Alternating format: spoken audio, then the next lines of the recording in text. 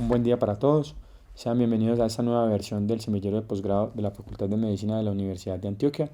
Mi nombre es Andrés Miranda, soy médico, internista y cardiólogo de la Universidad de Antioquia y hoy nos reunimos para hablar de hipertensión arterial. Para comenzar, vamos a definir la agenda teniendo en cuenta lo primero y es reconocer por qué es importante hablar de hipertensión arterial. Luego pasaríamos a revisar cuáles son los puntos clave en el paciente que tiene hipertensión arterial. Para el médico de hoy vamos a hablar de la definición y el diagnóstico, vamos a hablar de un enfoque diagnóstico de la hipertensión arterial, algunas diapositivas con respecto a la aproximación terapéutica y finalmente las conclusiones. Comenzando con el tema, vamos a hablar de por qué es importante hablar de hipertensión arterial. Definitivamente cuando hablamos de hipertensión arterial estamos hablando de la principal causa prevenible de enfermedad cardiovascular. Es por eso que la conocemos como el principal factor de riesgo cardiovascular. También estamos hablando de la primera causa prevenible de muerte de cualquier etiología alrededor del mundo. Y finalmente, todos debemos conocer y saber de hipertensión arterial porque es la patología crónica más frecuentemente vista en la atención primaria.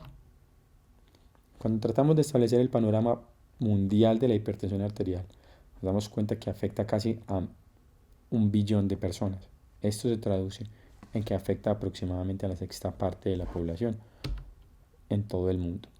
Es reconocida la hipertensión arterial a su vez como la principal causa de discapacidad en todo el mundo, el principal factor de riesgo cardiovascular modificable, como les decía previamente, pero tiene otros problemas y otras connotaciones que cuando hablamos de hipertensión arterial estamos enfrentando el factor de riesgo, un factor de riesgo que es quizá factor como tal antes de ser enfermedad, es decir, la prehipertensión arterial se comporta como un factor de riesgo. Un gran problema, y es por eso que nos cuesta tanto enfrentarla, es que la gran mayoría de pacientes con esta condición son asintomáticas o sus síntomas se atribuyen a otras enfermedades y finalmente que es una enfermedad costosa para todos los sistemas de salud.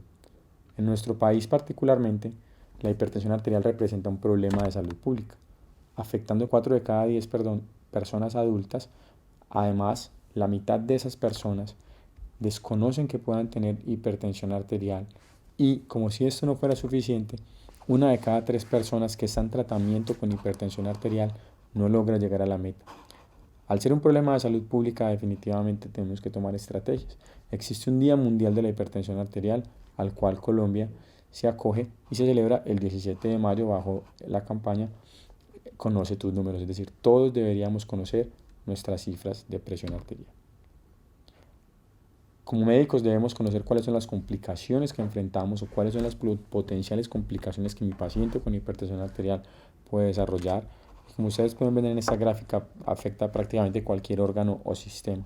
Se asocia con accidente cerebrovascular y demencia, se asocia con aterosclerosis, que puede afectar cualquier zona corporal, las carótidas, las extremidades inferiores, los riñones, etc. Es una causa frecuente de retinopatía y de ceguera.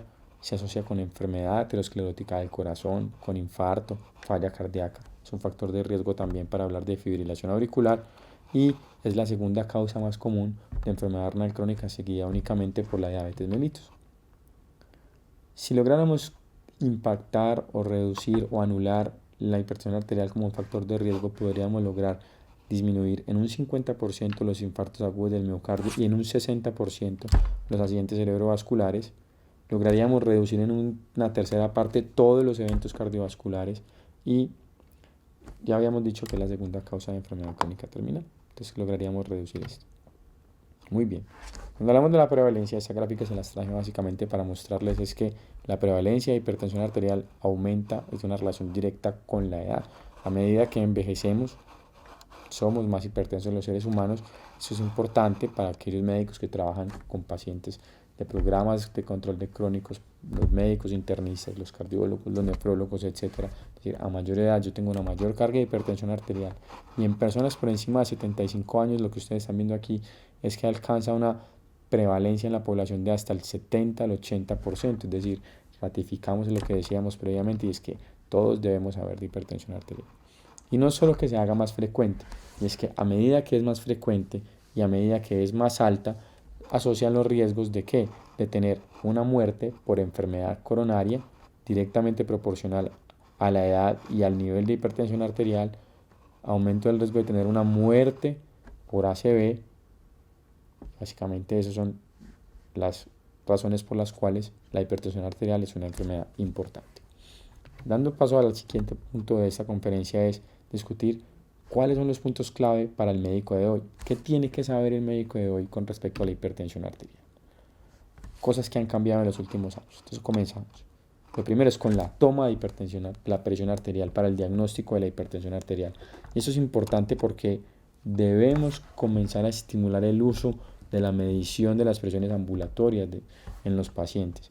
Y cuando hablo de presiones ambulatorias no necesariamente estoy hablando del monitoreo ambulatorio de presión arterial.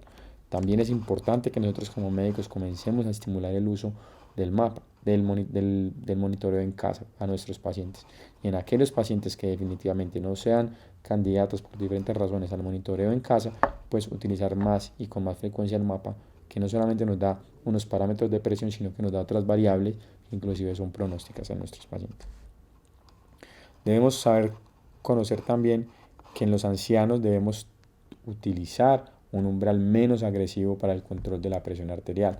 No es lo mismo que yo esté enfrentando a un paciente hipertenso con 50 años, no es la misma meta que debo buscar a un paciente de 90 años. Sin embargo, hay que dejar claro aquí que no solo la edad biológica es importante, que habrá pacientes añosos que nos permitan tener unos metas de presión arterial más estrictas y que unos pacientes más jóvenes, pero más frágiles o con mayores comorbilidades, nos obligarán a tener unas metas más laxas de presión arterial, es decir, no hay un número mágico para todos los pacientes. El uso de las presentaciones combinadas de antihipertensivos es una recomendación importante para aquellos pacientes en los que vamos a iniciar un tratamiento, porque mientras menos tabletas al día nuestros pacientes consuman, más posibilidades voy a tener yo de adherencia al tratamiento farmacológico y eso se traduce en un mejor éxito en el control de la presión arterial. Acá hay algo importante y es, ojalá pudiéramos dar todos los antihipertensivos que un paciente tiene en una sola tableta. Sin embargo, sabemos que existen limitaciones para eso, pero nuevamente es lo ideal y es hacia lo que está cambiando el manejo de la hipertensión arterial. Con respecto al manejo es importante también tener claro cuál es mi algoritmo de manejo, tener un algoritmo claro definido, cuáles son los medicamentos de primera línea, comenzando por los IECA y los ARA2, siempre tratando de considerar la combinación de esos con un calcio antagonista y más o menos un diurético tipo tiazida que tenga efecto antihipertensivo. Acá hay una cuña y es que la furosemida, que tanto debemos utilizar como diurético, es un excelente diurético, sin embargo no es un muy buen antihipertensivo, entonces no lo deberíamos contar. Beta bloqueadores en poblaciones especiales. Entonces, los beta bloqueadores no son los mejores antihipertensivos, no son terapia antihipertensiva de primera línea. Sin embargo, en ciertas poblaciones, por ejemplo, los pacientes con enfermedad coronaria o los pacientes con enfermedad tipo fibrilación auricular, en los que yo tengo un beneficio adicional con el uso del beta bloqueador, en esos pacientes sí pueden ser inclusive terapias de primera línea. Hay que conocer esto, y son los nuevos umbrales de metas de manejo de la hipertensión arterial, pero también los nuevos umbrales para el diagnóstico de hipertensión arterial y la nueva clasificación. Y lo que decíamos previamente, y es esto, tener en cuenta que hay unas metas más bajas y más estrictas para cierto tipo de pacientes que por tolerancia y comorbilidades así lo permiten.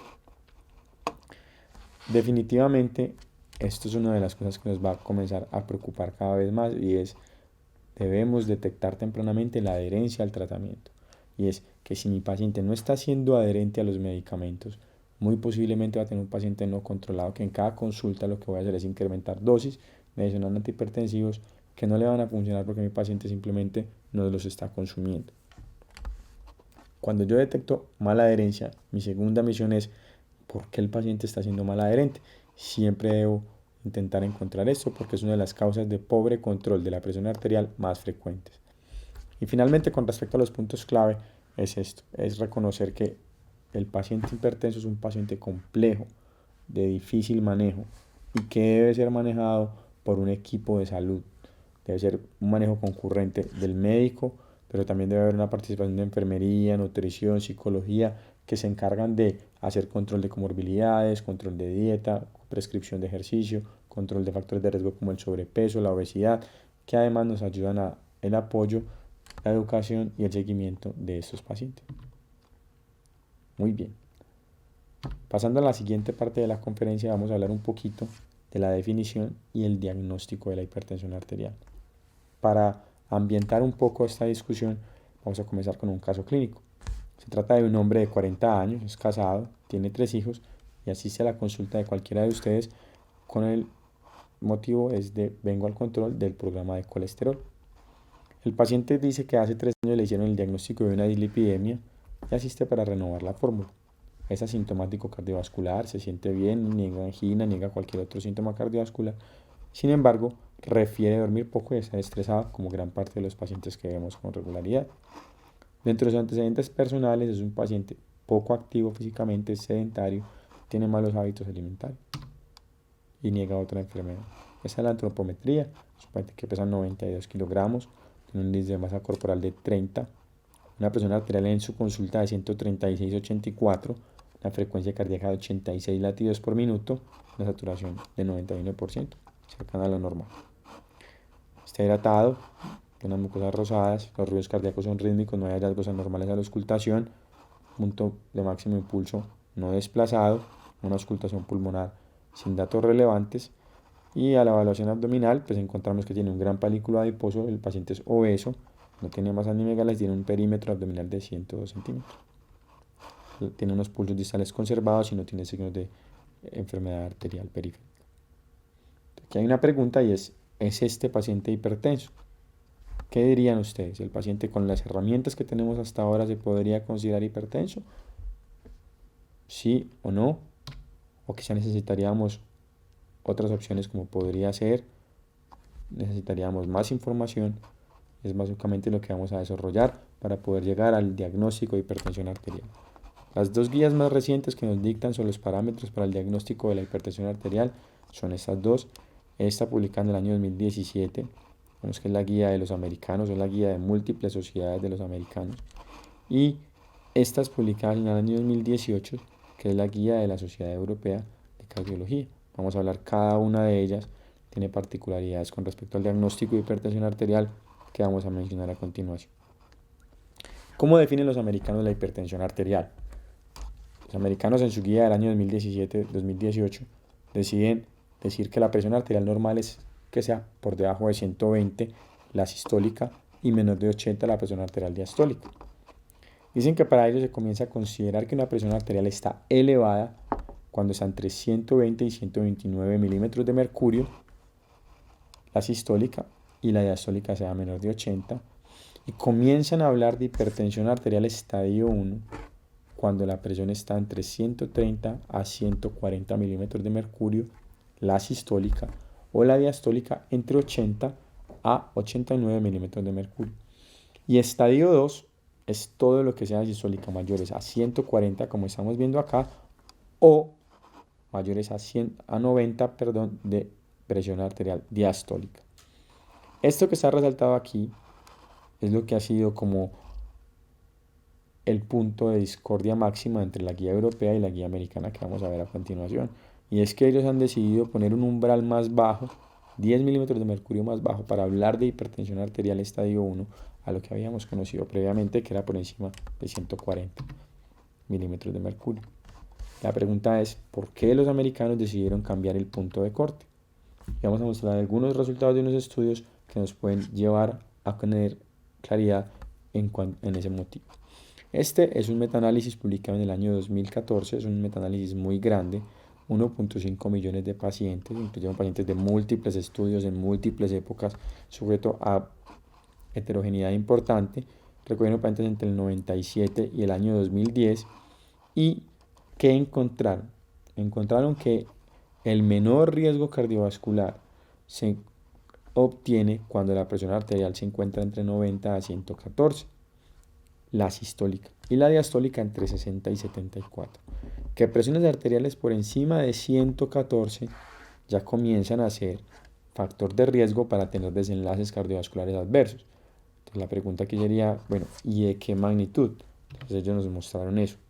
Por ejemplo, por encima de 114 milímetros de mercurio, el riesgo de tener angina estable y la probabilidad de tener angina estable a lo largo de la vida entre los 30 y los 95 años se aumenta casi al doble al comparar pacientes normotensos, que en esas gráficas corresponde a la línea azul, con pacientes hipertensos, que corresponde a la línea roja. Entonces hay un incremento en el doble de la probabilidad de que yo tenga angina estable si tengo una presión arterial por encima de 114, que tiene una relación lineal, es decir, a medida que mi presión es más alta, mayor es el riesgo de tener angina estable. Y esto aplica también para angina inestable, infarto del miocardio y enfermedad coronaria, como por decirlo así, como no avisada.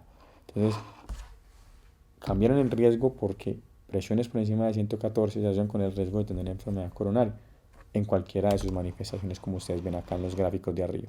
Sin embargo, ¿qué pasa con otras comorbilidades cardiovasculares? ¿Qué pasa con la falla cardíaca? También se incrementa el riesgo a partir que la presión arterial sube por encima de ese nivel de manera lineal. Lo mismo pasa para paro cardíaco o muerte súbita. También para complicaciones neurológicas como accidente cerebral transitorio o isquemia cerebral transitoria. Y cuando miramos ACV isquémico o ACV no especificado, es decir, donde no se puede diferenciar si fue isquémico o hemorrágico, hay un factor de riesgo. Lo mismo para hemorragias o sangrados intracerebrales, hemorragia subarachnoidea, hemorragia intracerebral parenquimatosa. Lo mismo pasa para enfermedad arterial y digamos que donde la diferencia es menos importante es acá, en aneurisma de aorta abdominal. Y esto es porque se ha visto en diferentes estudios que el principal factor de riesgo, o no el principal, pero el riesgo más importante para desarrollar aneurisma de la aorta abdominal está dictado principalmente por la presión arterial diastólica, no por la hipertensión arterial sistólica como en las demás condiciones que vimos previamente. Entonces esa fue una de las razones para cambiar el punto de corte. Siguiendo con las razones que motivaron a cambiar el punto de corte, encontramos este. Es el estudio SPRINT, un estudio muy conocido por médicos, internistas y cardiólogos, porque en el año 2015 revolucionó el punto de corte para el diagnóstico de hipertensión arterial.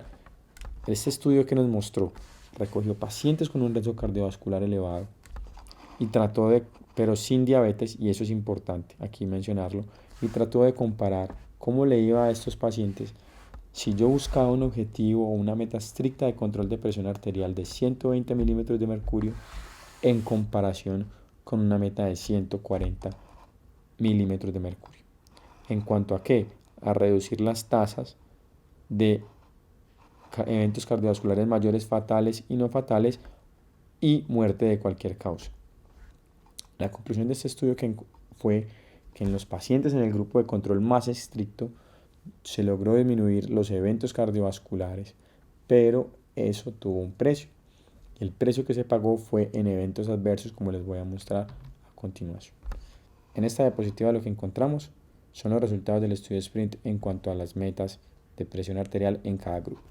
En el grupo azul encontramos los pacientes que fueron llevados al tratamiento estándar, en donde se logró una cifra de presión arterial alrededor de los 135-138 milímetros de mercurio, mientras que en los pacientes en el grupo intensivo rápidamente se vio un descenso en las cifras de presión arterial, logrando alcanzar una meta cercana alrededor de los 120 milímetros de mercurio.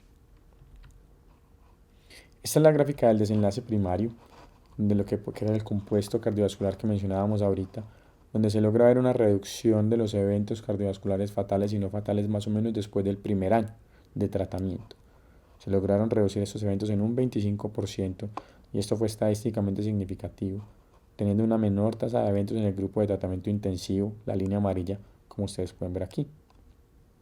Cuando ellos intentaron mirar si esto era significativo para muerte de cualquier causa, se logran demostrar que en el grupo de tratamiento intensivo hay una reducción en las cifras de muerte de cualquier causa, y esto es estadísticamente significativo. ¿Qué precio se pagó en este estudio por tener esa meta más estricta de presión arterial? Se pagan efectos adversos, principalmente que en episodios de síncope, hipotensión, alteraciones hidroelectrolíticas y alteraciones de la función renal, falla renal. Y todos estos que ustedes ven aquí resaltados, hipotensión, alteraciones electrolíticas, falla renal, fueron muchísimo más frecuentes en los pacientes que estuvieron en el grupo de control intensivo de la presión arterial. Cabe notar también que el estudio SPRINT ha tenido muchísimas polémica en el medio médico por la forma como hicieron la medición de la presión arterial, pero eso va más allá de nuestra revisión. Finalmente, este es un metaanálisis del año 2016 publicado en el Lancet, donde ellos tratan de mirar cuál es el efecto de los medicamentos para bajar la presión arterial o de la reducción de la presión arterial para prevenir enfermedad cardiovascular y muerte. Es un metaanálisis muy grande donde compararon 123 estudios, pero digamos que la conclusión grande de este metaanálisis está aquí. Ellos logran demostrar con esta gráfica que se conoce como una metaregresión, y es decir, que la reducción de la presión arterial es significativa sin importar en qué valor de presión arterial arranca mi paciente, y a su vez demostrando de manera lineal que por cada 10 milímetros de mercurio que yo logre en reducción de presión arterial, yo logro tener una reducción en los eventos cardiovasculares mayores cercana al 20%. Esa es la razón también que apoya la modificación en el valor de la guía de los americanos. Es decir, que yo tengo mayor riesgo de enfermedades cardiovasculares con presiones arteriales consideradas relativamente normales, es decir, por encima de 116, como les mostraron en el estudio previo, que ha sido demostrado en estudios como el estudio SPRINT, que un control más estricto de la presión arterial nos lleva a tener reducción de los eventos cardiovasculares fatales y no fatales, y un desenlace tan importante como muerte de cualquier causa. Y además, tenemos un metaanálisis que nos dice que de manera lineal, por cada 10 milímetros de mercurio que yo estoy bajando la presión arterial de mi paciente, estoy logrando un beneficio en reducción de riesgo cardiovascular del 20%. ¿Qué implicaciones puede tener modificar este punto de corte que ha sido una gran polémica? Es decir, la gente dice, todos vamos a ser hipertensos, ahora todos somos hipertensos. Pero ¿qué implicaciones tiene esto? Vamos a demostrar. Con la guía americana salieron estas gráficas, que nos están mostrando básicamente es qué porcentaje de la población norteamericana sería hipertensa acomodando estas cifras de punto de corte, es decir, pasarían de ser del 32% a un 45.6%. Y esta barrita de acá es quizá una de las barras más importantes porque lo que nos está mostrando es lo siguiente, y es, si bien el 45% de la población terminaría siendo hipertenso, la cantidad de personas a las que yo le debería aumentar el tratamiento farmacológico aumenta únicamente en un 2% y pasaría de un 34% a un 36%. Entonces ustedes preguntarán, pero doctor, venga, ¿cómo así? ¿Por qué únicamente si me aumentó el 13% la población hipertensa, por qué voy a tratar de más únicamente al 2%? La pregunta es la siguiente, y es que estas guías están diseñadas para estimular la prevención primaria, y van a ver que la gran mayoría de algoritmos de tratamiento siempre comienzan con cambios terapéuticos en el estilo de vida y dejan el tratamiento farmacológico para el final. Por eso, de todo este grupo de pacientes de un 13% más que yo diagnostiqué, únicamente debería tratar ese 2% con fármacos, y que el tratamiento inicial debería ser la modificación estricta de los factores de riesgo cardiovasculares, tratando de impactar directamente con cambios terapéuticos en el estilo de vida. Muy bien. Y digamos que si yo adopto estos puntos de corte nuevos, tendría también una un aumento en el número de pacientes que estarían por encima de la meta de presión arterial. Volvemos a lo mismo, ¿con qué fin? Con el fin de ser más intensivos en el control de la presión arterial en aquellos pacientes que sean candidatos, para tratar de darles el beneficio o beneficios similares a lo que encontró el estudio SPRINT, pero siempre teniendo en cuenta a qué paciente le está haciendo un control más intensivo de la presión arterial para no pagar el precio de los efectos adversos que mencionábamos previamente. Estos son los datos en porcentajes y estos son los datos en números absolutos, y ustedes pueden ver que son muy parecidos. Muy bien. Estos son como los puntos más controversiales de la guía norteamericana. Ahora hablemos de dos cosas importantes de la guía europea que fue publicada en el año 2018. Entonces, lo que veíamos previamente, que los norteamericanos decidieron denominar hipertensión arterial grado 1, los europeos deciden denominarlo hipertensión arterial alto normal. Pero si ustedes se fijan con detenimiento, miren que si bien los nombres son parecidos, la razón detrás de estos dos puntos de corte son muy similares. Es decir, coinciden en que el punto óptimo es 120/80, que hay un punto intermedio que para los europeos se llama normal, que sería decir entre 120 a 129, considerado como normal todavía, y que hay un rango en alto normal, que es entre 130 y 139, que los norteamericanos decidieron llamar hipertensión estadio 1. Hipertensión grado 1 sería por encima de 140 a 159, que aquí digamos que los norteamericanos fueron un poco más prácticos y dijeron todo lo que sea por encima de 140 se va a llamar grado 2, mientras que los europeos sí decidieron darle subdivisiones a esto, decidieron llamar hipertensión grado 2 los que sean entre 160 y 179, y finalmente hipertensión grado 3 a todos aquellos que sean por encima de 180 milímetros de mercurio. Ese es el algoritmo de seguimiento de los pacientes de la sociedad europea, es decir, si yo tengo mi presión arterial óptima, debería como mínimo medirme mi presión arterial cada 5 años. Sin embargo, yo particularmente considero que cada año todas las personas deberían hacerse una medición de la presión arterial y conocer sus números, como decíamos al comienzo de la charla. La presión arterial medio normal, al menos cada 3 años, y si yo estoy en un rango alto normal, es decir, entre 130 a 139 sistólica o 85 a 89 diastólica, debería primero no parecerme normal, y aquí es donde vienen los cambios. Esto previamente era considerado una presión normal y los médicos le decíamos a los pacientes, hombre, no, muy bien, continúa así, ya sabe, poquita sal, nos vemos más adelante. No, aquí no. Aquí es, venga, si mi paciente está entre 130 y 139 en mi consulta, ¿será que tiene hipertensión enmascarada? Y yo debería hacerle a mi paciente una medición ambulatoria de la presión arterial, bien sea con monitoreo ambulatorio propio por el paciente o un estudio de mapa de 24 horas, monitoreo ambulatorio de la presión arterial. ¿Con qué fin? Para yo saber si esa hipertensión es una hipertensión enmascarada o simplemente el paciente pues la tenía alta en la consulta. Y en este grupo de pacientes sí la guía es muy estricta y recomienda hacer un seguimiento como mínimo cada año. Hipertensión, es decir, mi paciente en la consulta tiene más de 140/90. Siempre la guía aquí recomienda confirmar el diagnóstico.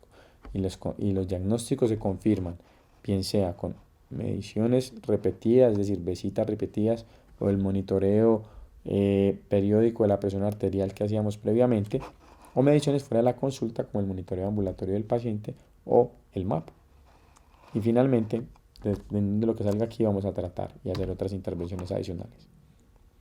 De la mano con ambas guías, tanto la guía europea como la guía norteamericana proponen que una vez yo diagnostico hipertensión arterial, mi obligación o mi compromiso como médico es establecer el riesgo cardiovascular de mi paciente. Es decir, mi paciente no solo es hipertenso, yo tengo que saber, es hipertenso, pero es diabético, es dislipidémico, tiene historia de enfermedad coronaria, tiene enfermedad renal crónica, está en diálisis. O sea, yo una vez diagnostico hipertensión arterial, debo poner al paciente en contexto y establecer el riesgo cardiovascular que tiene.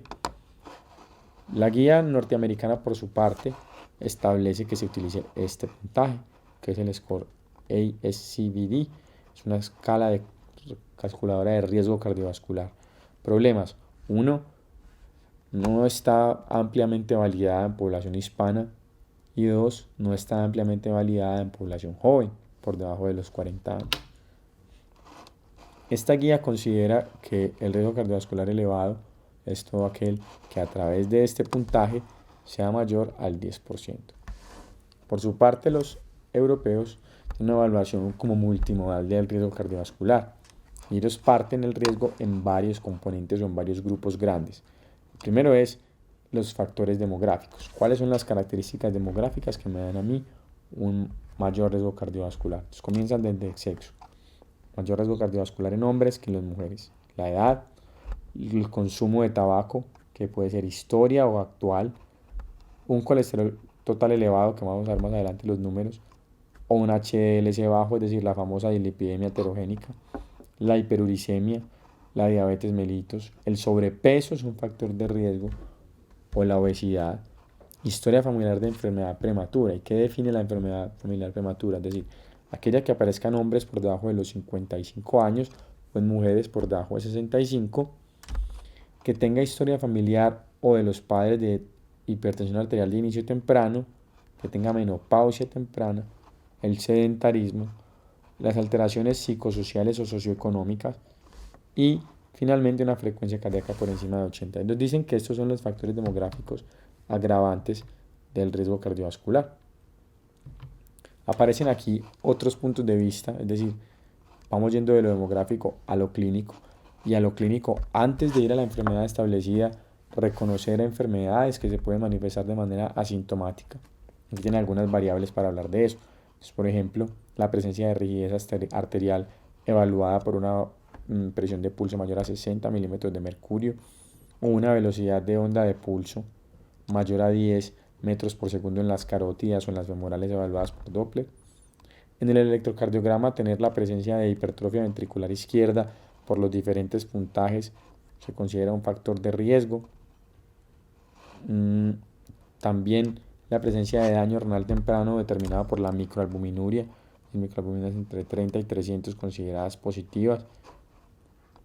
Enfermedad renal crónica moderada, es decir, con depuraciones entre 30 y 60 milímetros de mercurio, un índice tobillo graso por debajo de 0.9 o la presencia de retinopatía avanzada.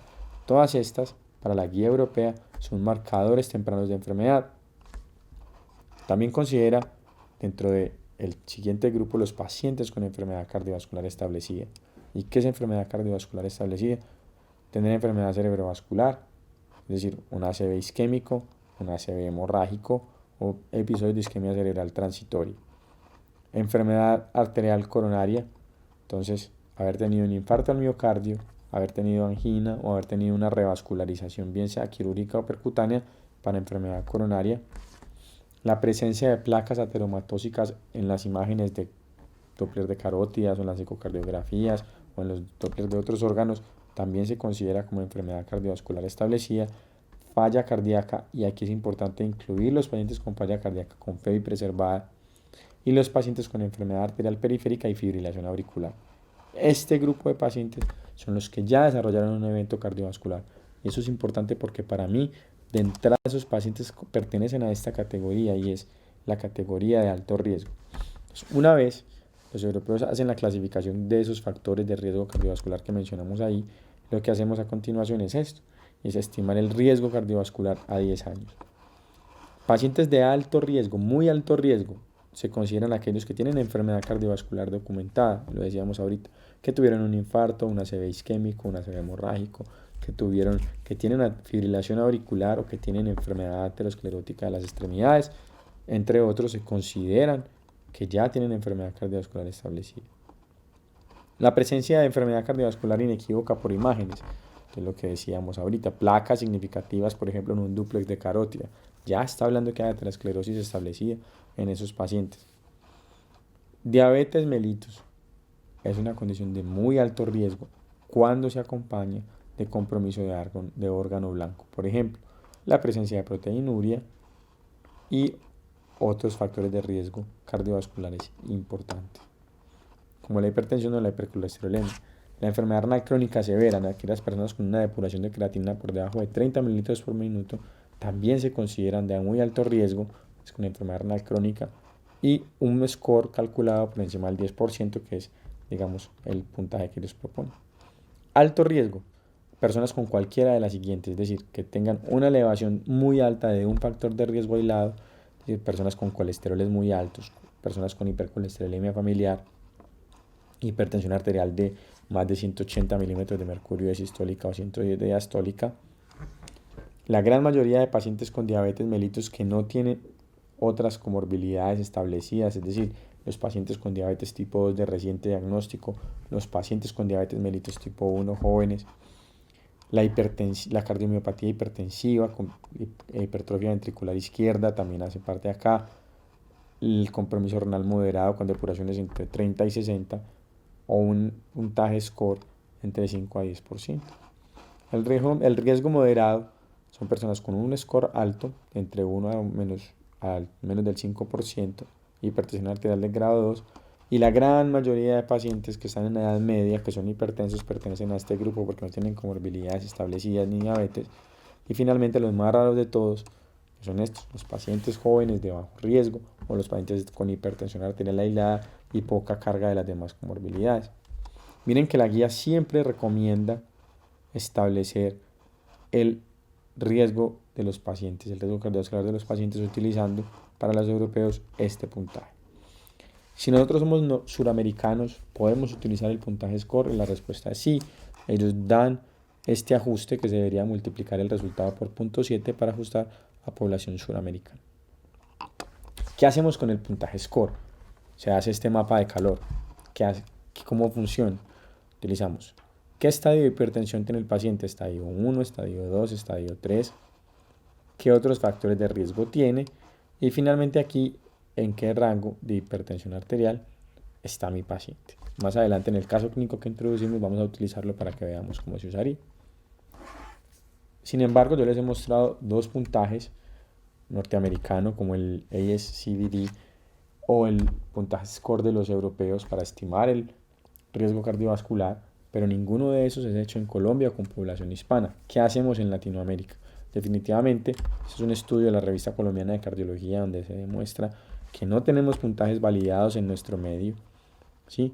Genera incertidumbre no tener una escala o una herramienta para valorar el riesgo cardiovascular validada en pacientes colombianos, digamos que creada o desarrollada en pacientes colombianos, porque validadas sí existen, hay varias, pero lo que hemos encontrado cuando las comparamos es que en nuestra población es muy diferente los resultados que se obtienen con estas escalas a las que se tienen en poblaciones europeas.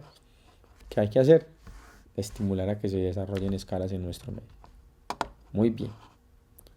Dejando esto claro, vámonos a la siguiente parte de la conferencia y es hablar del enfoque diagnóstico del paciente con hipertensión arterial. Y como siempre encontramos en los libros de medicina, quizá el primer punto de partida para el enfoque diagnóstico de estos pacientes es el interrogatorio. ¿Qué debo buscar o qué debe buscar el médico en el paciente con hipertensión arterial que está enfrentando? Lo primero es establecer qué comorbilidades tiene, porque a partir de ahí yo ya puedo comenzar a hacerme una idea del riesgo cardiovascular que mencionábamos ahorita. Si mi paciente es hipertenso, diabético, le han dado 2 infartos, yo ya lo puse en el contexto de muy alto riesgo. Para eso sí sirve.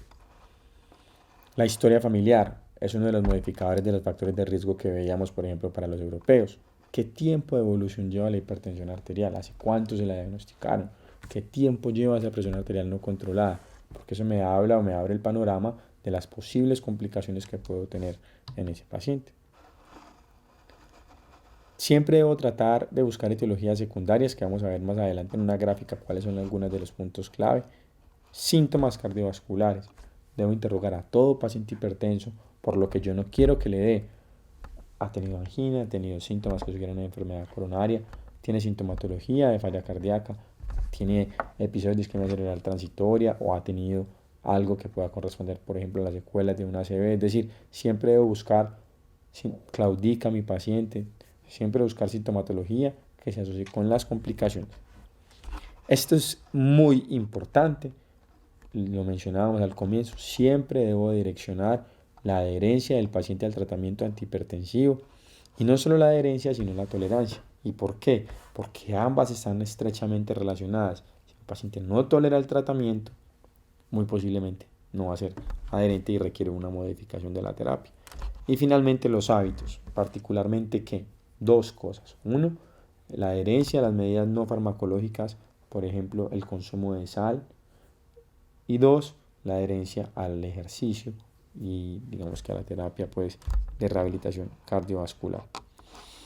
¿Qué es importante del examen físico del hipertenso? ¿Qué debo buscar con detalles? Uno, los detalles biométricos, el peso, la talla y el índice de masa corporal como factor de riesgo potencial, particularmente el sobrepeso o la obesidad. Debo hacer una evaluación de la circunferencia abdominal. Ustedes saben que la grasa central se asocia con riesgo cardiovascular.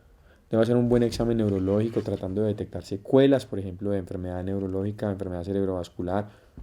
Debería hacerse un fondo de ojo para detectar detectar retinopatía.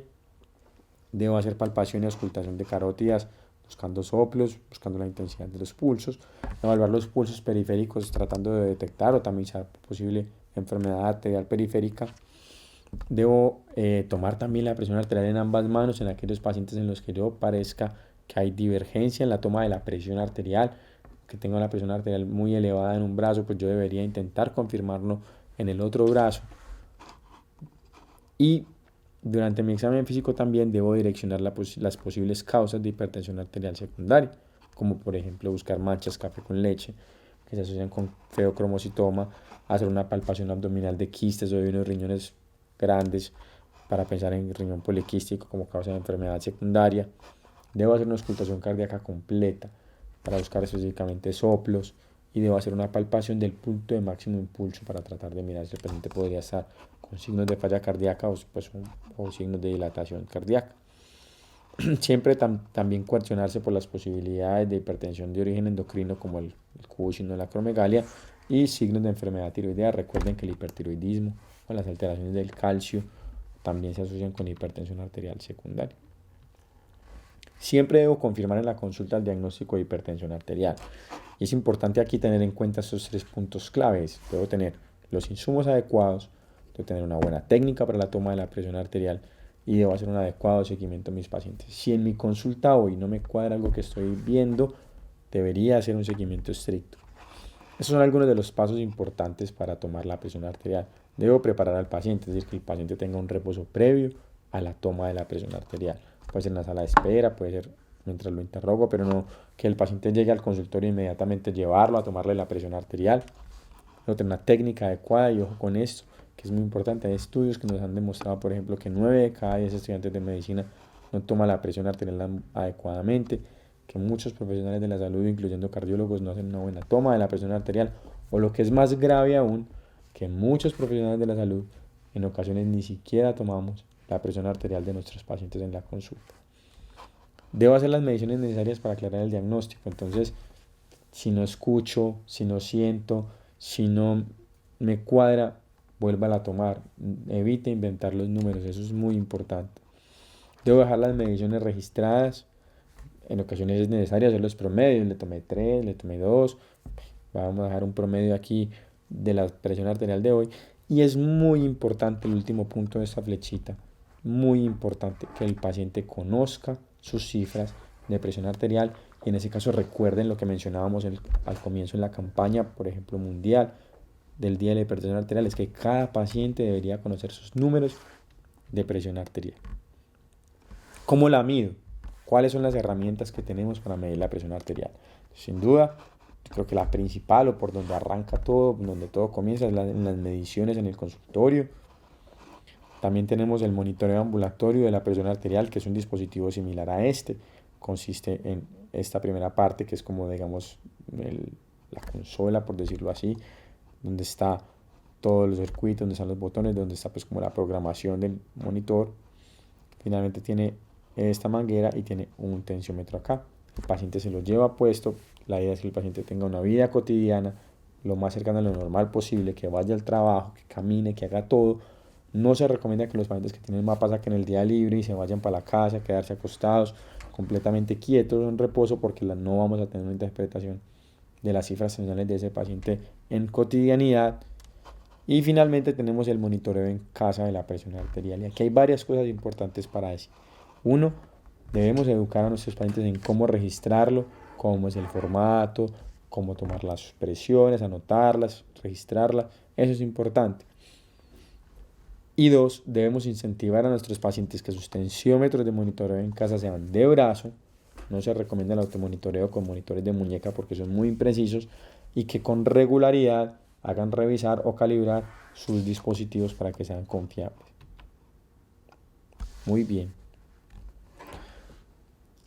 Esta diapositiva es importante porque nos muestra cómo cambian los valores o los puntos de corte para la definición de hipertensión arterial dependiendo de qué estrategia estoy utilizando yo. Entonces, por ejemplo, la medición de la presión arterial en el consultorio normal, pues, o que consideramos normal, con la que se hace el diagnóstico de hipertensión arterial, digamos certero, sería 140/90 de presión arterial sistólica.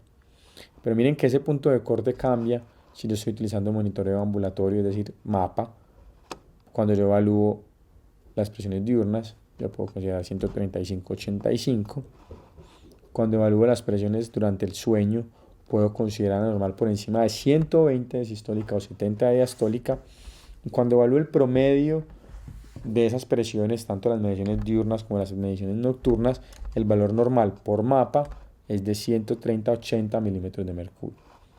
Y para hablar específicamente de monitoreo en casa, el valor normal es este que tenemos aquí abajo, desde 135 a 85 de diastólica milímetros de mercurio. Y es importante anotar acá, me voy a devolver, y es que acá dice IO, es decir, yo puedo tener una sistólica normal, pero una diastólica elevada, en ese caso yo tendría una presión arterial elevada, tendría hipertensión arterial de predominio diastólico. Entonces, eso es algo que las guías actuales nos han ido devolviendo, y es darle importancia nuevamente a la hipertensión arterial diastólica y reconocerla como un factor de riesgo. Como ustedes pudieron ver, son diferentes las mediciones de automonitoreo versus mapa. Cada una tiene sus ventajas y sus desventajas. Cuando hablamos particularmente del automonitoreo, ¿qué desventajas encontramos? Que no me permite identificar este clúster de pacientes que ustedes ven acá, que es el grupo de pacientes con hipertensión arterial de bata blanca. Ahorita les voy a mostrar un algoritmo cómo se diagnostica. Tiene ventaja que es mucho menos costoso el automonitoreo en casa, que requiere la participación del paciente, y eso es una ventaja, no es una desventaja, porque cuando yo le propongo a mi paciente que se eduque, que aprenda a tomarse la presión arterial, que conozca su presión arterial, permito involucrar al paciente en su cuidado. Y esto en la consulta yo se lo relaciono a los pacientes o lo comparo con los pacientes diabéticos cuando les enseñamos a manejar el glucómetro. Cuando usted es diabético, lo primero que le entregan es su glucómetro y le enseñan a tomarse las glucometrías, a registrarlas y todo. Y eso permite que el paciente se involucre en el cuidado. Lo mismo siento yo que debería pasar con todo paciente hipertenso, que se involucre en su cuidado, que sea partícipe del control, que esté pendiente de sus cifras, que conozca sus números. Es útil porque se puede repetir en varias ocasiones a lo largo del día. Yo lo puedo confirmar en la siguiente consulta. Si tengo duda, le digo al paciente, ve, tómatela otro mes más y volvés. Desventajas, y este es el reto más grande que tenemos que ver nosotros, y es educar a los pacientes. Enseñarle a los pacientes a que se tomen la presión arterial es definitivamente un reto. Algunos tienen la limitación del acceso a los aparatos, a los dispositivos, pero este es el reto grande, es educarlos para que ellos entiendan la importancia de este. Desventajas adicionales, que nos da mediciones estáticas. El paciente que hace automonitoreo siempre está quieto porque es complicado hacerse mediciones de la presión arterial mientras está corriendo, caminando uno mismo. Puede prestarse para mediciones erradas en aquellas personas que tienen dispositivos mal calibrados. Y otra desventaja es que no tiene o que no ofrece la posibilidad de tener mediciones nocturnas. Y esto es una desventaja porque no nos permite identificar ciertas variables como las reducciones durante el ciclo circadiano, los conocidos DIPERS, la hipertensión arterial nocturna, etc. Entonces digamos que eso considera una desventaja. El mapa, por su lado, nos permite de entrada reconocer algunos clústeres de hipertensión arterial, como la hipertensión arterial de bata blanca. Ha permitido reconocer el mapa que tiene una fuerte evidencia pronóstica, es decir, los pacientes que tienen hipertensión arterial de bata blanca van a ser más hipertensos a futuro. Los pacientes que tienen hipertensión en la noche durante el mapa van a ser más hipertensos a futuro. Los pacientes de difícil control. Todas estas variables se comportan como factores pronósticos. Nos ofrece la posibilidad de reconocer los patrones de hipertensión arterial nocturna y la posibilidad de intervenirnos. Además, nos da una ventaja grandísima en la medición de las presiones de los pacientes durante la cotidianidad, es decir, en el trabajo, en la casa, con la familia, en las horas que está durmiendo, todo esto. Y nos permite reconocer los fenotipos de hipertensión arterial que, dicho sea de paso, se asocian con el pronóstico de la misma. Por ejemplo, la hipertensión arterial enmascarada, ya vamos a ver qué es eso, o los pacientes con hipertensión arterial de bata blanca. Se pueden hacer mediciones adicionales de mapas, eso es una de las ventajas. Y las desventajas, pues, es el costo, es un procedimiento relativamente costoso, esto limita el acceso y la disponibilidad de este por parte de los pacientes. Y además, otra desventaja importante es que es incómodo, pues, tener un aparato que le aprieta a uno 2 o 3 veces por hora durante 24 horas, es decir, incluyendo la noche, el brazo, como si le estuvieran tomando la presión a uno, pues es un poquito incómodo y molesto. Cuando utilizamos el mapa podemos reconocer algunos patrones de hipertensión arterial. Entonces, por ejemplo, tenemos consultorio, cuidado clínico, las mediciones en casa y el mapa. Si mi paciente es normotenso en el consultorio y en las mediciones ambulatorias, bien sea por mapa o automonitoreo, es normotenso, definitivamente es un paciente que no tiene hipertensión arterial. Si mi paciente es hipertenso en consulta y es hipertenso en el mapa y en el automonitoreo, mi paciente es un hipertenso sostenido. Pero estos dos particularmente que vamos a ver a continuación son de los nuevos grupos o clústeres de hipertensión arterial, que no es solamente la clasificación, no nos tenemos que aprender solo para aprender la clasificación, sino que, como vamos a ver más adelante en un artículo reciente, estos clústeres o grupos son pronósticos. ¿Qué es hipertensión enmascarada? Que mi paciente en consulta no tiene hipertensión, es normotenso, pero yo logro detectar que mi paciente tiene complicaciones de hipertensión arterial, le veo hipertrofia ventricular izquierda, le veo dilatación de la aorta, tiene unas placas. Entonces, ¿yo qué debo hacer? Tratar de desenmascarar esa hipertensión arterial que en el consultorio está oculta. ¿Dónde la desenmascaro? En la cotidianidad del paciente. ¿Y cómo puedo hacerlo?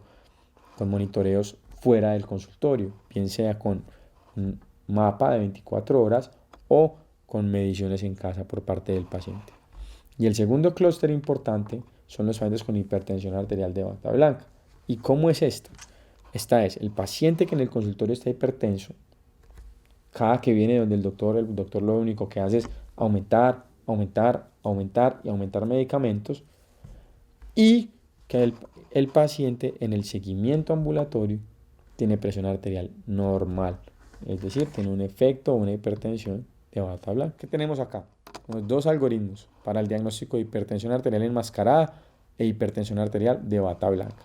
En el primer algoritmo es el paciente que nos ubicamos en el consultorio con una presión arterial mayor a 130/80, pero menor de 160/100. Después, esto es lo interesante, lo que les decía al comienzo, de cambios terapéuticos en el estilo de vida, de reforzar los cambios terapéuticos en el estilo de vida. Mi paciente viene donde mí y yo sospecho hipertensión arterial con un efecto de bata blanca. Si mi paciente durante el monitoreo ambulatorio o el mapa tiene una presión de menos de 130/80, yo confirmo que mi paciente no es hipertenso porque su presión fuera de la consulta es menor de 130/80, pero tiene un efecto de bata blanca. ¿Qué hago con esos pacientes? No los abandono a su suerte, no le digo, señor, usted no tiene hipertensión arterial, queda de alta por cardiología, por medicina interna o no tiene que volver al control de hipertensión arterial. No. Debo hacer en estos pacientes una terapia intensiva en el control de factores de riesgo, en cambios terapéuticos en el estilo de vida, y debo hacer seguimiento anual con monitoreo ambulatorio o con un mapa de presión arterial. La razón es cuál. Es que ya está establecido que estos pacientes tienen un mayor riesgo de tener hipertensión arterial con el tiempo, que eso podría ser un estadio temprano de hipertensión arterial. Si por el contrario la presión arterial de mi paciente en las mediciones ambulatorias es hipertenso, es decir, es mayor de 130/80, pues yo debería continuar incentivando la presencia de cambios terapéuticos en el estilo de vida y además considerar el uso de terapia antihipertensiva. Eso sería hipertensión arterial de bata blanca. Muy bien. Yéndonos para el otro lado y ubicándonos nuevamente en la consulta, como ustedes ven aquí. Entonces, mi paciente en consulta con presión arterial normal, 120 a 129 milímetros de mercurio es la presión normal, pero yo sospecho hipertensión enmascarada. ¿Quién sospecho? Lo que les decía, pacientes con presión arterial normal, pero compromiso de órgano blanco, hipertrofia ventricular, aneurisma de aorta abdominal, dilatación de aorta ascendente, placas carotídeas, microalbuminuria, etc. Si yo veo esas cosas y mi paciente es retinopatía hipertensiva, si yo veo eso y mi paciente es controlado en mi consulta, yo debería sospechar que mi paciente está sufriendo de hipertensión enmascarada. ¿Qué hacemos ahí? Incentivamos cambios terapéuticos en el estilo de vida como primera medida siempre. Además, hacemos mediciones de fuera de la consulta de la presión arterial, es decir, automonitoreo o mapa, y si mi paciente tiene presiones arteriales por encima de 130/80, ¿qué puedo decir yo? Que definitivamente mi paciente tiene hipertensión enmascarada, alta fuera de la consulta, controlada en la consulta, y que mi paciente necesita modificar drásticamente los cambios en su vida, es decir, fomentar los cambios terapéuticos en el estilo de vida y también considerar el inicio de antihipertensivos.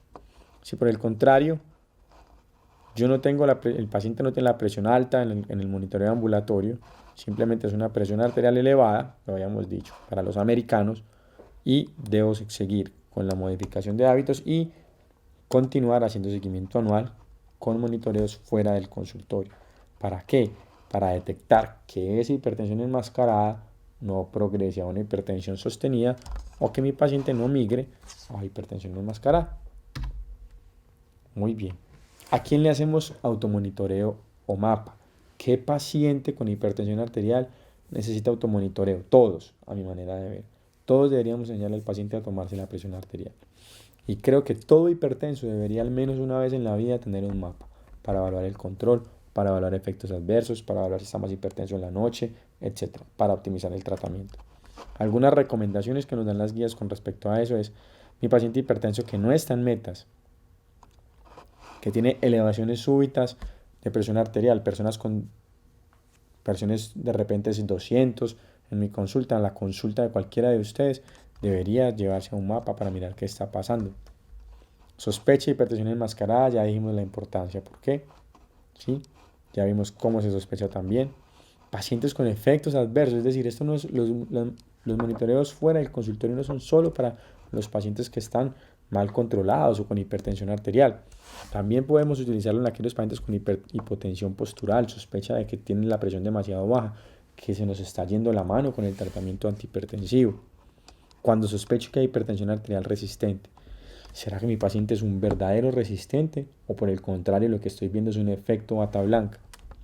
Para el seguimiento, como les decía previamente, y en personas que se hacen hipertensión arterial con el ejercicio, que tienen variabilidad en las mediciones en el consultorio, vienen hoy controlados, mañana no controlados, hoy le aumento, mañana le bajo, debería tener un mapa para tratar de estandarizar mi tratamiento, si estoy teniendo efectos adversos como les decía previamente, y en algunos clústeres o grupos de pacientes hipertensos interesantes como aquellos que son hipertensos nocturnos o que tienen disminución de la variación circadiana o dipping, que nos hace pensar en qué, en enfermedades que se asocian con hipertensión arterial nocturna como la apnea del sueño, la enfermedad renal crónica, alteraciones endocrinas como el hiperaldosteronismo primario o el Cushing, por ejemplo, o la disfunción autonómica. ¿Por qué son importantes los nuevos grupos o clústeres de presión arterial? ¿Eso qué importancia tiene? ¿Qué importancia tiene que yo le diga a una persona que es bata blanca, que es hipertensión enmascarada, que es hipertenso sostenido, que está controlado? Este estudio es un estudio reciente de abril del 2018, donde nos muestran que hay una relación importante entre las mediciones ambulatorias y clínicas de los pacientes y que los clústeres particulares, como ustedes ven acá, hipertensión arterial de bata blanca, no es benigno. Esos pacientes tuvieron mayor frecuencia de eventos cardiovasculares mayores y que inclusive el peor grupo de pacientes comparando entre hipertensos sostenidos, hipertensos de bata blanca y pacientes con hipertensión enmascarada, el peor grupo de todos es este. Es el grupo de pacientes con hipertensión enmascarada y eso tiene un principio y es que si un paciente llega a la consulta y está normal, ¿qué le hacemos? No lo podemos intervenir, no lo podemos tratar, no le podemos titular el tratamiento. Pero si sale del consultorio y tiene 170 de presión arterial sistólica todo el tiempo, está teniendo un daño continuo, un compromiso de órgano permanente, haciendo daño endotelial, haciendo difusión endotelial y finalmente yo voy a ver más efectos cardiovasculares, más desenlaces cardiovasculares en estos pacientes y un mayor riesgo de muerte y es precisamente lo que encontró este estudio. Entonces, en el enfoque del paciente hipertenso, además de las herramientas de medición de presión arterial, ¿qué otras ayudas diagnósticas adicionales tengo? Discúlpenme, tengo las mediciones de laboratorio para tratar de encontrar las comorbilidades o el control óptimo de las mismas en aquellos que ya tienen diagnóstico. Utilizamos la hemoglobina para descartar anemia, hacemos el perfil de glucosa para tratar de descartar diabetes como comorbilidad, los lípidos, que es una comorbilidad que debemos controlar, alteraciones hidroelectrolíticas y función renal, porque es precisamente allí donde se asocian los efectos adversos de los antihipertensivos como los IECAS y los ARA2. Debemos calcular la tasa de filtración glomerular, función hepática por comorbilidad y por el uso de los medicamentos, el uroanálisis o la microalbuminuria, dependiendo de en qué punto de proteinuria están nuestros pacientes, como una herramienta de evaluación de la enfermedad renal crónica en estos pacientes. Y un electrocardiograma en el que vamos a evaluar signos de cardiopatía isquémica vamos a ver el ritmo para descartar fibrilación auricular como comorbilidad, vamos a evaluar signos de hipertensión arterial, de cardiopatía hipertrófica específicamente, cardiopatía hipertensiva, perdón. Vamos a evaluar la amplitud del QRS, vamos a calcular los puntajes de hipertrofia ventricular izquierda para definir la hipertensión arterial en estos casos como una comorbilidad. Esta es, digamos que la recomendación de la guía europea con respecto a cómo deberíamos evaluar el riesgo de órgano blanco. Lo que les decía, electrocardiograma para evaluar el ritmo y la presencia de hipertrofia, la presencia de alteraciones en la albúmina, creatinina o la microalbuminuria para detectar tempranamente el compromiso renal, la creatina en la tasa de filtración que debe medirse en todos, y los pacientes deben ser vistos por el oftalmólogo para evaluar la fundoscopia y la presencia de retinopatía. Otras ayudas más avanzadas como la ecocardiografía para evaluar la parte cardíaca estructural y la funcionalidad, el ultrasonido carotídeo que nos va a evaluar de la presencia de placas ateroscleróticas, estenosis, y nos va a servir inclusive para medir algunas variables de detección temprana como la velocidad de onda de pulso. El ultrasonido abdominal para buscar aneurismas de la aorta abdominal, signos de enfermedad renal crónica al evaluar la parte renal. Medimos la aorta abdominal para buscar aneurismas de aorta abdominal. Miramos las adrenales buscando nódulos, masas o cosas que nos hagan pensar en alteraciones o causas secundarias, por ejemplo endocrinas de hipertensión arterial. Nos permite evaluar inclusive el tamaño renal para pensar de pronto en estenosis de arterias renales como una causa secundaria en aquellos que veamos un riñón atrófico. La velocidad de onda de pulso, que ya la mencionamos ahorita, el índice tobillo-brazo como un marcador temprano de enfermedad arterial, algunas herramientas que utilizamos poco, como por ejemplo las pruebas cognitivas para detectar daño neurológico temprano, pero creo que cada vez deberíamos preocuparnos más con eso y reconocer a la hipertensión arterial como un factor de riesgo para demencia y deterioro funcional temprano en nuestros pacientes, y finalmente las imágenes neurovasculares para buscar cicatrices. Yo diagnostico a mi paciente con hipertensión arterial. Y una de las cosas que yo debería hacer inmediatamente, diagnostico a una persona con hipertensión arterial, específicamente en jóvenes, es decir, poder hacer una hipertensión arterial secundaria. Siempre que yo tengo hipertensión arterial de reciente diagnóstico o no está controlada, debería preguntarme, ¿hay una causa secundaria que yo pueda intervenir? Entonces, ¿cuáles condiciones me deberían hacer pensar en eso? Entonces, personas que sean resistentes al tratamiento farmacológico, que tengan más de 3 medicamentos y un diurético. Que uno de esos incluya un diurético. Que tenga inicio súbito de la hipertensión arterial, o sea, que sea rápida, repentina. Que aparezca antes de los 30 años. Siempre que veamos un paciente con hipertensión arterial por debajo de 30 años, la primera pregunta que debemos hacerle a ese paciente es, ¿a usted ya le buscaron la causa de la hipertensión arterial? Porque no podemos tener pacientes con 30 años y continuar durante 30 años más diciendo hipertensión arterial, hipertensión arterial, hipertensión arterial. Preguntarnos la causa de esa hipertensión arterial. Muy bien. Pacientes que venían controlados y que se exacerban súbitamente. Hay algo secundario, mala adherencia, una condición, etc. Pacientes con un daño de órgano muy importante para el grado de hipertensión arterial que yo veo en mi consulta. Es decir, paciente que tiene una hipertrofia severa en el ventrículo, en la ecocardiografía y en mi consulta, o en la consulta está completamente controlado, hay que preguntarse, ¿este será un enmascarado de presiones muy altas, un paciente mal controlado? Siempre hay que preguntárselo. La hipertensión acelerada o maligna, los pacientes que tengan aparición de la hipertensión arterial diastólica por encima de los 55 años, porque esta se asocia particularmente con hiperaldosteronismo, y todo paciente con hipertensión e hipocalemia se debería sospechar y estudiar para hiperaldosteronismo. Si yo encuentro alguna de estas, lo que debería hacer es hacer tamización activa para la que esté pensando, y si pues la tamización es positiva, debería hacer tratamiento específico y remitir a ese paciente para el especialista en curso. Retomamos el caso que habíamos mencionado previamente. Para recordar, es un hombre de 40 años, casado, 3 hijos, asiste a la consulta para el control del colesterol, asintomático cardiovascular y que está estresadito y duerme mal.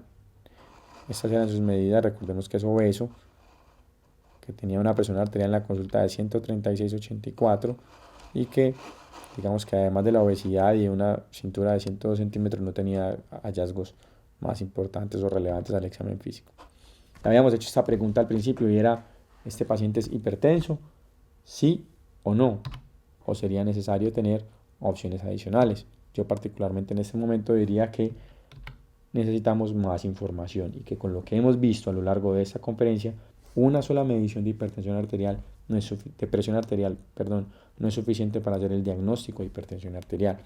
Necesitamos más información. ¿Y qué información le vamos a pedir a este paciente? Entonces, definitivamente hicimos más tomas en el consultorio, la tomamos en los dos brazos, lo dejamos descansar, la tomamos al final del examen físico y definitivamente este fue el promedio de presiones que obtuvimos, 138/82, que dependiendo de la guía que tomemos, es decir, si asumimos la guía europea sería una presión arterial alta normal, que es por debajo de 140, y para los norteamericanos estaríamos de una hipertensión arterial estadio 1. ¿Qué hacemos con él? El paciente es asintomático cardiovascular y nosotros vemos que es un paciente educado, que se compromete, que va a comprar un tensiómetro, que va a comprar un tensiómetro adecuado. Le podemos hacer un monitoreo fuera de consultorio de la presión arterial en este caso. El paciente se presta para hacer un automonitoreo por sus condiciones, pero si no fuera posible, pues tendríamos que echar mano del MAP. Utilizamos los laboratorios que mencionábamos previamente y solicitamos el electrocardiograma. Vemos que el paciente vuelve con el automonitoreo y encontramos que tiene aquí una presión arterial en casa de 134/76 aproximadamente en los promedios, que lo ubica nuevamente en las categorías que habíamos dicho previamente. Alta normal para la guía europea o hipertensión arterial estadio 1 para la guía norteamericana. Trae los laboratorios en los que no hay anemia, no hay diabetes, un perfil lipídico con la dislipidemia heterogénica típica, colesterol total alto, triglicéridos altos, HDL bajo y un LDL de 144, sin alteraciones hidroelectrolíticas, sin hipocalemia, sin deterioro de la función renal, una tasa de filtración de 110 mililitros por minuto normal y una microalbuminuria negativa sin proteinuro, es decir, que hasta ahora no tenemos ningún marcador de órgano blanco y el electrocardiograma asumamos que no tenía ninguna hipertrofia. Si utilizamos el puntaje SCORE de la Sociedad Europea de Cardiología, discúlpenme que acá no se alcanza a ver muy bien, pero les voy a señalar, y es que el riesgo cardiovascular de este paciente a 10 años es alrededor del 1%. ¿Sí? Y si utilizamos el puntaje de la Sociedad Americana, es decir, el ASCVD, nos dice que tenemos un riesgo del 3.7% de tener eventos cardiovasculares a 10 años. Sin embargo, recuerden que este puntaje de la Sociedad Norteamericana particularmente no está validado en poblaciones hispanas y tampoco en poblaciones jóvenes, por debajo de los 40 años. Muy bien. Entonces, ¿dónde lo ubicamos? ¿Cuál es el riesgo de nuestro paciente? Recuerden que se los dije al comienzo y es, yo hago el diagnóstico de hipertensión arterial y automáticamente lo que debo hacer es decir qué riesgo tiene. Si yo ubico mi paciente que está acá, entre 130 y 139 de sistólica, más o menos, con más de 3 factores de riesgo, ¿cuáles son? El índice de masa corporal, los triglicéridos, el HDL bajo y el sedentarismo, estaría aquí. Tiene un perfil de riesgo cardiovascular por el puntaje SCORE de la Sociedad Europea de bajo a moderado. ¿Qué vamos a hacer con él? Entonces vamos a contextualizar. Tiene presión arterial alta normal o hipertensión arterial estadio 1 de riesgo moderado, siempre le ponemos la peor categoría al paciente.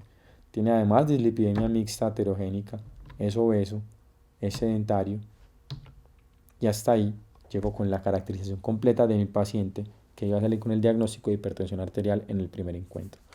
Una vez lo tengo ahí, en ese contexto, ¿qué debo hacer?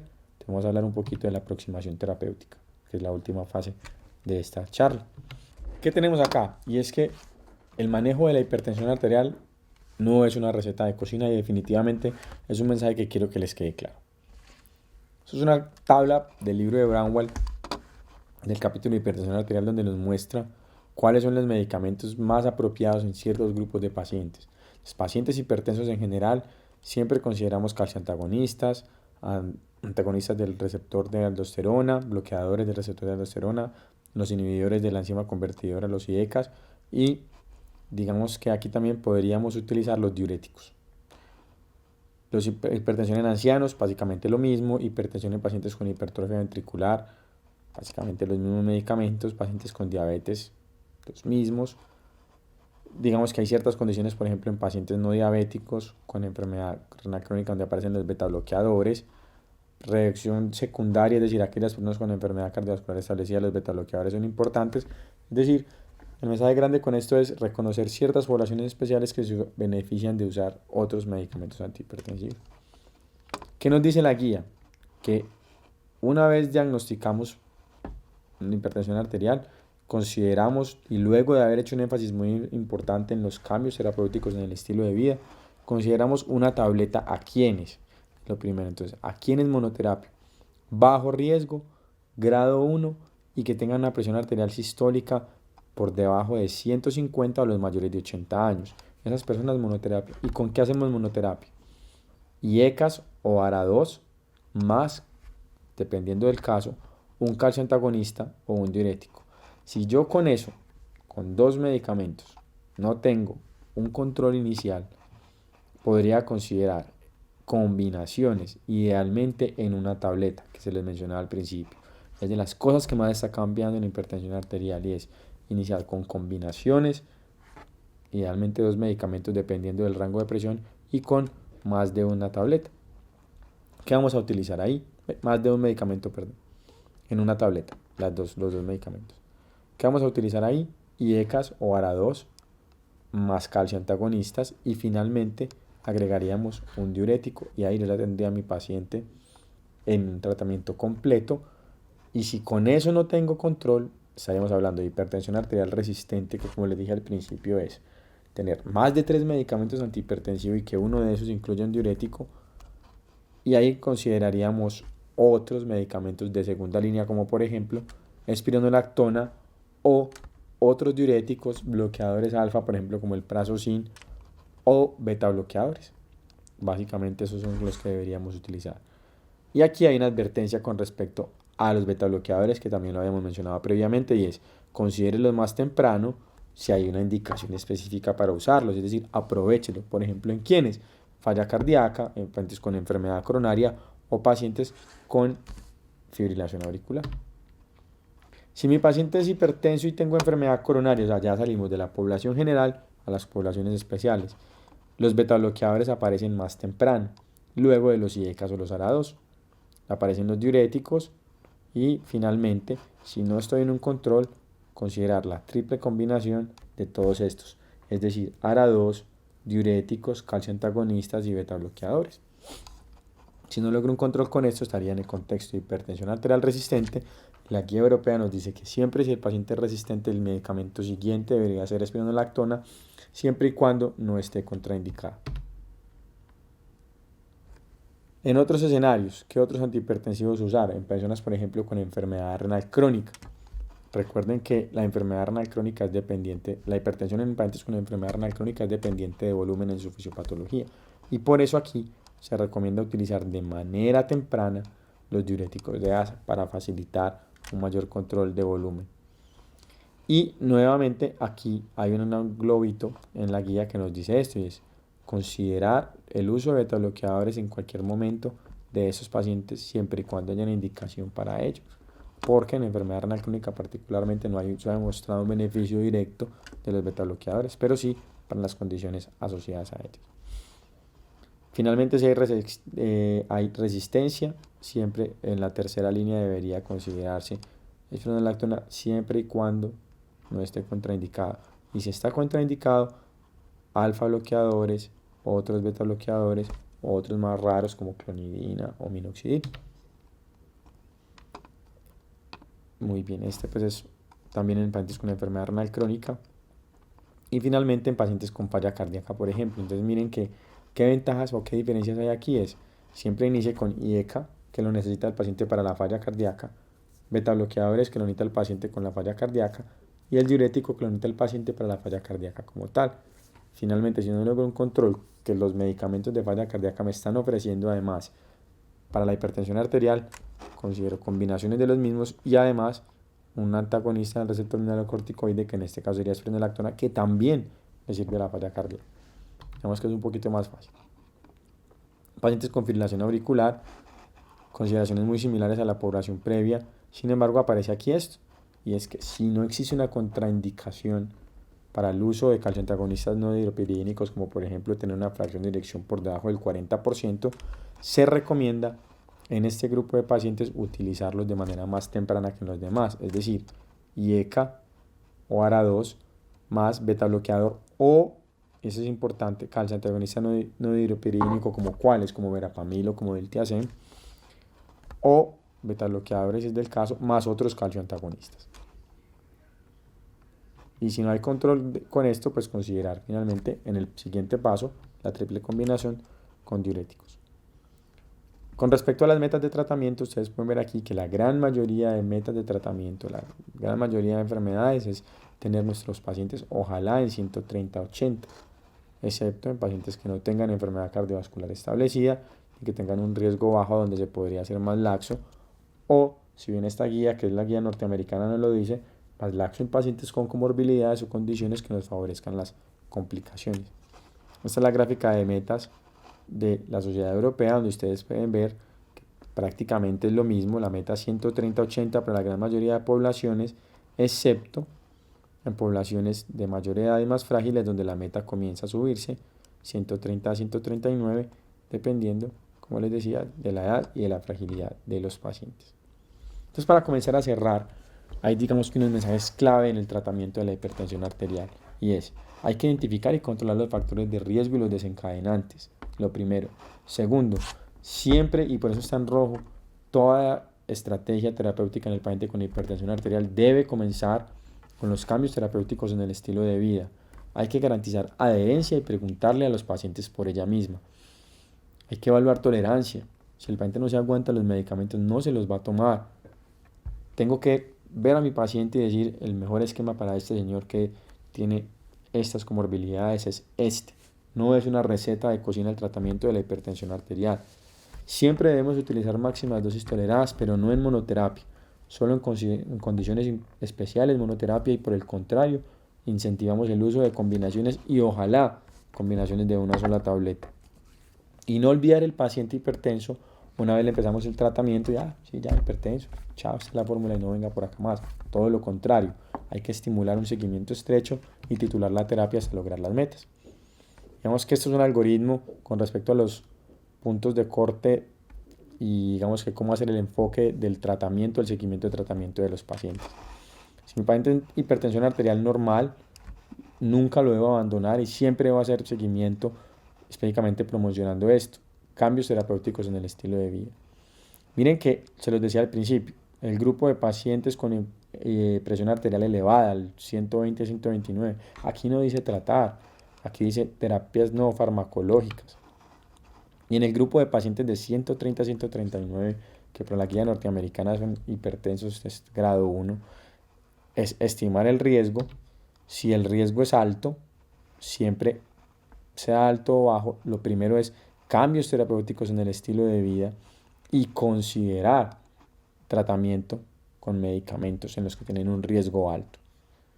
Y finalmente, en aquellos pacientes con el estadio 2, hipertensión estadio 2 para los norteamericanos mayor a 140, iniciar siempre con las terapias no farmacológicas y utilizar medicamentos, idealmente, esta crucecita acá quiere decir combinaciones, y más de 2 medicamentos, 2 o más medicamentos antihipertensivos en este grupo de pacientes.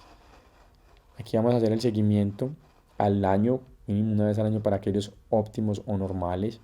Los que tienen presión arterial elevada cada 3 a 6 meses es bueno verlos. Los no farmacológicos, es decir, aquellos que están por encima de 130, pero que tienen un riesgo bajo, los debo ver cada 3 a 6 meses. Y definitivamente mis pacientes que yo les necesito tratamiento farmacológico los debo ver idealmente al mes, para estar evaluando continuamente si mi paciente está en metas o no, con el fin de que yo titular la terapia antihipertensiva. Y una vez logro la meta, los debería evaluar cada 3 a 6 meses, ojalá, y de ser posible con mediciones ambulatorias. Para terminar, ese es el desenlace del caso, ya lo habíamos contextualizado completamente. Eso es presión arterial alta normal o hipertensión arterial estadio 1 en riesgo moderado. Es esencial porque hasta ahora no tenemos una causa secundaria.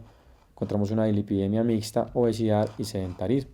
Esta es nuestra prescripción del paciente, que le hicimos cambios terapéuticos en el estilo de vida, lo mandamos a hacer ejercicio, lo mandamos a perder peso, lo mandamos a preocuparse por su alimentación, para nutrición, al deportólogo, etc. Estimulamos el bajo consumo de sal, le prescribimos una estatina de moderada potencia porque con todo el riesgo cardiovascular que tiene, es que es importante tratar el colesterol y empezar a tener reducciones de alrededor del 30% del mismo, y lo mandamos en 3 meses con el resultado de un automonitoreo para definir en esa cita si va a necesitar o no tratamiento antihipertensivo. Vamos a comenzar con las conclusiones ya para cerrar la presentación. ¿Y qué podemos decir? Que definitivamente la hipertensión arterial es una entidad frecuente y el factor de riesgo cardiovascular quizá más frecuente a su vez, por lo tanto es de interés común y debemos trabajar en eso. El abordaje terapéutico está cambiando, hay nuevos puntos de corte para el diagnóstico, nuevos puntos de corte para la meta de hipertensión arterial, hay nuevas estrategias en el tratamiento, uso de medicamentos en presentaciones combinadas, uso de más de 2 medicamentos al momento de hacer el diagnóstico. Todo esto es importante. Las cosas en hipertensión arterial están cambiando. Siempre que me enfrento a un paciente hipertenso debo hacer una evaluación sistemática, establecer el riesgo cardiovascular, descartar condiciones asociadas, buscar hipertensión arterial secundaria y siempre debo buscar compromiso de órgano blanco. Debo reconocer la hipertensión enmascarada y la hipertensión de bata blanca como factores de riesgo cardiovasculares.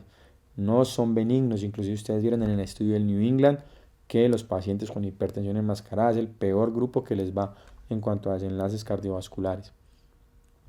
Que siempre debo definir la terapia dependiendo del tipo de paciente, que la terapia no es una fórmula de cocina y que cada paciente es un paciente que requiere una terapéutica diferente, dependiendo de sus condiciones. Siempre que tenga refractariedad, siempre que mi paciente no esté en metas, pregunto por adherencia y tolerancia. Miro yo como médico si estoy en dosis óptimas y si estoy utilizando las combinaciones adecuadas o si no se me está escapando una causa secundaria de hipertensión arterial. Y es importantísimo que estos pacientes sean manejados en un grupo multidisciplinario donde se les haga control de comorbilidades, se eduquen y se estimule la adherencia al tratamiento. Eso era todo lo que tenía para hoy. Espero que continúen disfrutando del curso y el semillero de posgrado y que este sea útil para lograr alcanzar los diferentes metas y planes que tienen realizando el mismo, en especial aquellas personas que quieren y aspiran pasar el examen de residencia de las universidades del país. Muchas gracias.